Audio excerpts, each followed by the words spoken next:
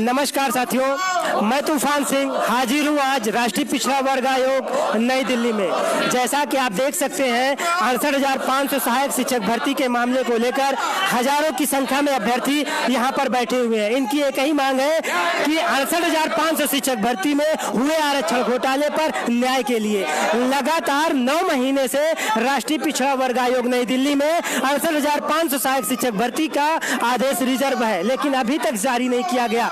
इसी के क्रम में आप देख सकते हैं कि हजारों की संख्या में अभ्यर्थी सुबह से यहां पर आंदोलन और धरने पर बैठे हैं और अभी अभी यह जानकारी भी प्राप्त हुई है कि आयोग के माननीय उपाध्यक्ष अंदर मीटिंग हॉल में मीटिंग कर रहे हैं। अभी तक ना इन अभ्यर्थियों से मुलाकात की गई है, ना इनकी बात सुनी गई है और इनके लंबित और रिजर्व आदेश पर भी कोई बात नहीं की गई है। हम आपको इसी में से भी अपने साथ के अभ्यर्थी से बात कराएंगे। इनकी जो हजारों की संख्या में लोग यहाँ पर इकट्ठा हुए हैं, ये पूरे उत्तर प्रदेश से 75 जिलों से निकल कर आए हैं। लगातार सुनवाई हुई, प्रत्यावेदन जमा किया गया, कई माननीय सांसदों और विधायकों ने भी इस मामले को लेकर संज्ञान में लिया, अपनी बात रखी, लेकिन अभी तक कोई भी आदेश नहीं जारी हो पाया। इसी आदेश को जारी करने के लिए इसी जद्दोजहद से अपनी सफलता को और ओबीसी के साथ हुए अन्याय को लेकर अपने ही आयोग केंद्रीय पिछड़ा वर्ग आयोग में सब एकत्रित हुए हैं। लगातार आंदोलनरत रहे, लेकिन अभी तक इनकी कोई भी मांगे नहीं सुनी गई, ना इस पर कोई कार्रवाई की गई।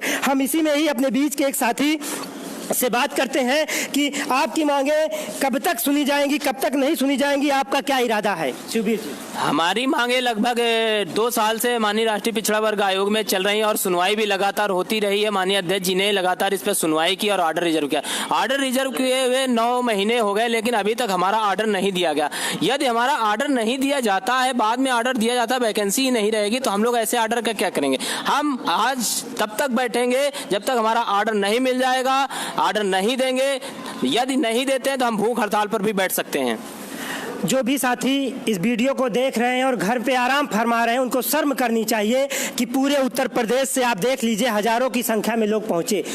सीटें खाली हैं 23,000 और 5% की छूट मिलने के बाद लगभग 19 से 20 हजार लोगों को रोजगार मिलेगा। लेकिन जब कहीं बात की जाती है प्रोटेस्ट की, धरने प्रदर्शन की, तो घर पे दुबक कर बैठ जाते हैं। अगर इस तरीके से लड़ाई लड़नी गई तो कैसे सफलता मिल पाएगी? आपको मालूम होगा कि लगातार चाहे राज्य पिछड़ा वर्ग आयोग में रहा हो, चाहे विधान परिषद में रहा हो, चाहे केंद्रीय पिछड़ा वर्ग आयोग में रहा हो, कहीं कभी किसी को बुलाने की जरूरत नहीं पड़ी। लेकिन आज जब एक ऐसा समय आया कि हमारा आदेश लंबित है और जानकारी भी प्राप्त हुई है कि कुछ दिनों के बाद कार्यकाल माननीय उपाध्यक्ष जी का कार्यकाल भी समाप्त हो रहा, जो बहुत ही बड़ी और सोचनीय बात है।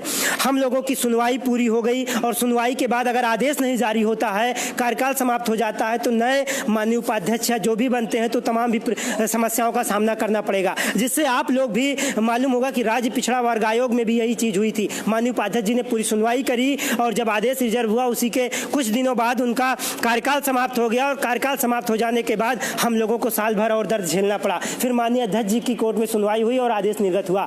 तो इसलिए कमर कस लीजिए, जिस भी साथी को जो भी चीजें हो सकती हैं, जैसा बताया गया है, जो भी माध्यम है, आप किसी भी कीमत पे लग जाइए और डटे रहिए। यहाँ से आदेश निर्गत होने के बाद हम लोगों को नियुक्ति होगी, क्योंकि अपने 68,500 शिक्षक भर्ती में लगभग 23,000 सीटें खाली हैं और जो ये सीटें खाली हैं सभी अपने आरक्षित वर्ग के ओबीसी, दिव्यांग और साथियों की खाली हैं। जब तक हम आप इस तरीके से एकत्रित होकर, संगठित होकर नहीं लड़ेंगे, तब तक हम लोगों को न्याय मिलता नहीं दिख सकता, क्योंकि लगातार 9 महीने हो गए और अभी तक आदेश नहीं निर्गत हुआ। जब सुनवाई थी, डेट लगती थी, तो सभी आला कमान अधिकारी आते थे, छात्र आते थे, अपना अपना पक्ष रखते थे। लेकिन सुनवाई हो जाने के बाद ऐसी क्या मजबूरी बन गई कि अभी तक आदेश नहीं निर्गत हो पाया। आज हम लोग इस उद्देश्य से आए हैं कि यहाँ से आदेश जारी कराकर ही जाएंगे, नहीं तो यहीं डटे रहेंगे, भूख हड़ताल पर बैठेंगे, अंतिम सांस तक डटे रहेंगे कि जब तक हम लोगों को न्याय नहीं मिल जाता।